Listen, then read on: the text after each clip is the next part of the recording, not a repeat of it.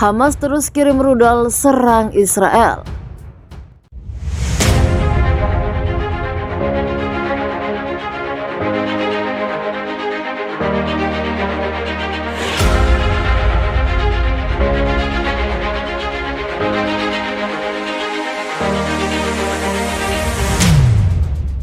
Kelompok Hamas di jalur Gaza, Palestina terus meluncurkan serangan roket ke arah Israel pada Senin kemarin. Dari rekaman video yang diperoleh Associated Press, Selasa, serangan roket dari jalur Gaza ke arah Israel dilakukan pada malam hari. Roket dari jalur Gaza itu mengarah ke kawasan selatan Israel karena Israel mengklaim berhasil menangkis sebagian besar serangan roket dari Hamas atau kelompok milisi lain di jalur Gaza Jihad Islam. Menurut Israel, sampai saat ini ada lebih dari 3.200 roket yang ditembakkan dari jalur Gaza. Israel kemudian membalas serangan roket itu dengan membombardir jalur Gaza melalui serangan udara.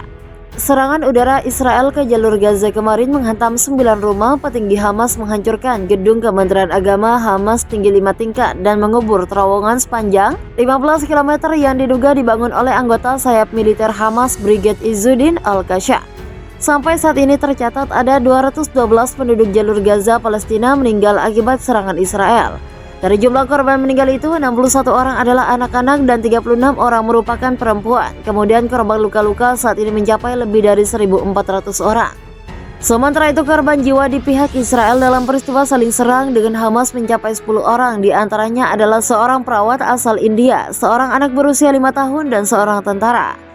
Peperangan antara Israel dan Hamas meletus pada 10 Mei, beberapa hari sebelum Idul Fitri. Alasan Hamas menggelar serangan roket adalah membalas sikap aparat keamanan Israel yang menghalangi dan menyerang warga Palestina yang tengah beribadah di kompleks Masjid Al-Aqsa di Yerusalem. Selain itu, mereka juga membalas sikap pemukim ilegal Israel yang hendak mengusir para penduduk Palestina yang menetap di kawasan Sheikh Jarrah sebelah timur Yerusalem.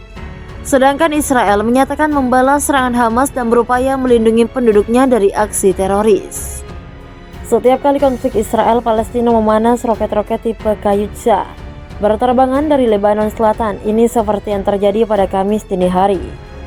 Saat 34 roket Katyusha itu melesat dari 4 yang sampai ke tanah di wilayah Israel. Karena roket-roket ini pula Israel memiliki sistem pertahanan udara yang dikenal sebagai Iron Dome. Jenis roket Katyusha terkenal untuk multi peluncurannya yang tersusun rapat dalam sebuah rak baja besar. Diintegrasikan pada truk multifungsi, Katyusha telah digunakan sejak era Perang Dunia ke-1. Memiliki desain awal sebagai alternatif artileri yang murah, peluncur Katyusha bisa menembakkan berturut-turut hingga 4 lusi roket dengan jangkauan lebih dari 6 mil atau 9 km. Uji pra-perang menunjukkan hanya 4 truk yang dibutuhkan untuk melepaskan kekuatan menembak setara 75 meriam di target seluas 1,5 mil persegi di darat dalam kurang dari semenit. Meski tak seakurat meriam howitzer, konsentrasi banyak Katyusha bisa menghujani area yang luas dengan banyak roket berdaya ledak tinggi. Mobilitas tinggi juga memungkinkannya menerapkan taktik shoot and scoot.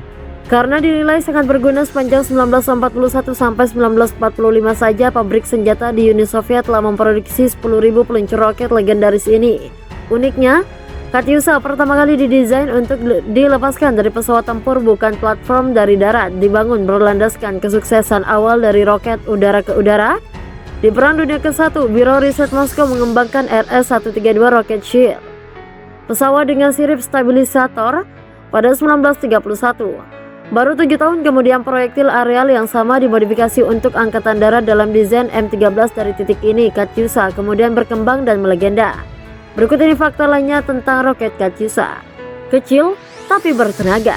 Roket berukuran panjang 1,5 meter dan berat 42 kg. Keseluruhan struktur didesain untuk diintegrasikan pada truk multifungsi. Kendaraan peluncuran ini dikenal sebagai BM-13. Uji pra-perang menunjukkan hanya 4 truk yang dibutuhkan untuk melepaskan kekuatan menembak setara 75 meriam ke target 1,5 mil persegi di darat dalam kurang dari semenit.